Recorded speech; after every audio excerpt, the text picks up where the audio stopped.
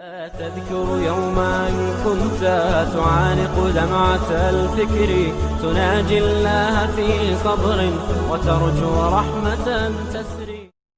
And we're going to continue on, and we got some questions here. One of them, which is, I have a hard time grasping the concept of final decree, Qadr in Islam. How would you answer this? Several ways. I mean, this can never be a short conversation, as you know, predestination. If God already knows what I'm going to do, how is it my fault? If God is all-powerful, then I'm not really doing anything.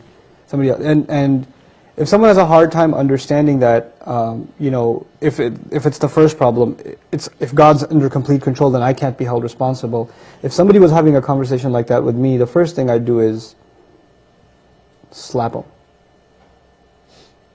Why'd you slap me? It's like, it wasn't me, it was God's decree.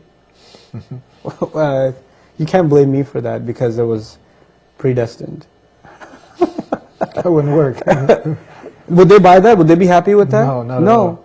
Because now I'm saying it's not my fault, bro. It's God's decree. They even know that at a practical level this makes no sense. They know that. But you know why they believe it, or they want to believe that, or they want to argue that? Because they want to do some bad things and they don't want to be held responsible. Just like I just did something bad, and I wouldn't really do that, but I'm demonstrating that they don't want to be held responsible. That's the psychological root of this problem. The second thing I'd share is I have a lecture online somewhere. I don't know how everything I say ends up on YouTube, but I have a lecture there somewhere on the story of Adam alayhi salam.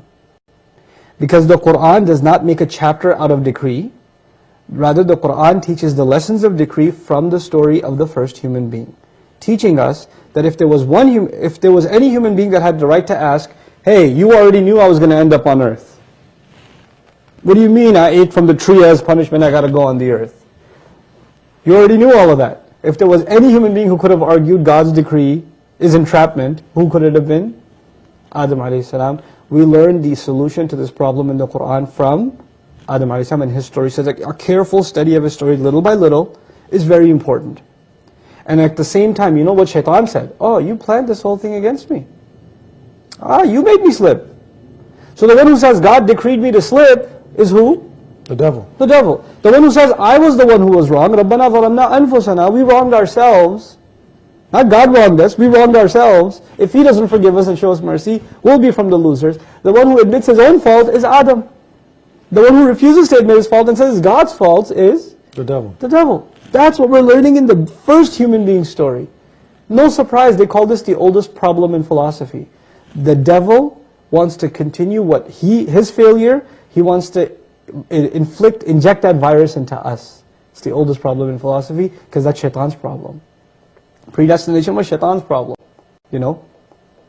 We were with our brother Chris, and I don't know if you remember, and he asked the same question to you. We were having lunch, and you gave an analogy, a story. Can you share that with us? Do you remember that? Sure, I remember the A and the B. Yes, the two lists in a party. Yeah, yes. I can share that analogy with you.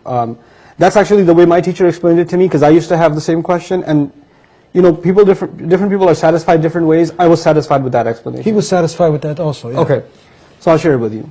Now imagine that I'm throwing a party. Yeah. And I make two guest lists, people I'm going to invite. Guest list A and guest list B. Guest list A, it's secret. These are the people I'm going to invite, and nobody knows who's on this list. Nobody knows. It's a secret list. Guest list B is open. And I say to people, if you want to be on B, here's what you got to do. I give them a few to-do lists, and if you do these things, you can get on guest list B. Now here you are, you want to come to my party. You got two options. Maybe I'm on guest list A, I don't know. Or maybe I should try to get on guest list B. If you say, well, I'm not going to bother trying to get on B, I'm probably already on A. You know what that proves? That proves you didn't really want to go to the party that bad.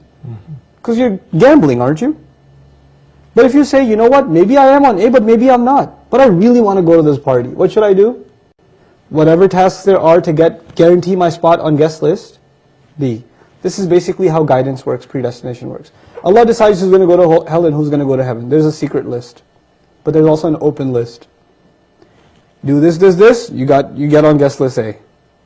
And there's some people Allah will decide to guide, they're over here. Amazing thing, you get to the party, guess what you realize? Your name is actually on both lists. And all the people who signed up on B were already on A. And all the people that didn't sign up for B weren't on A either.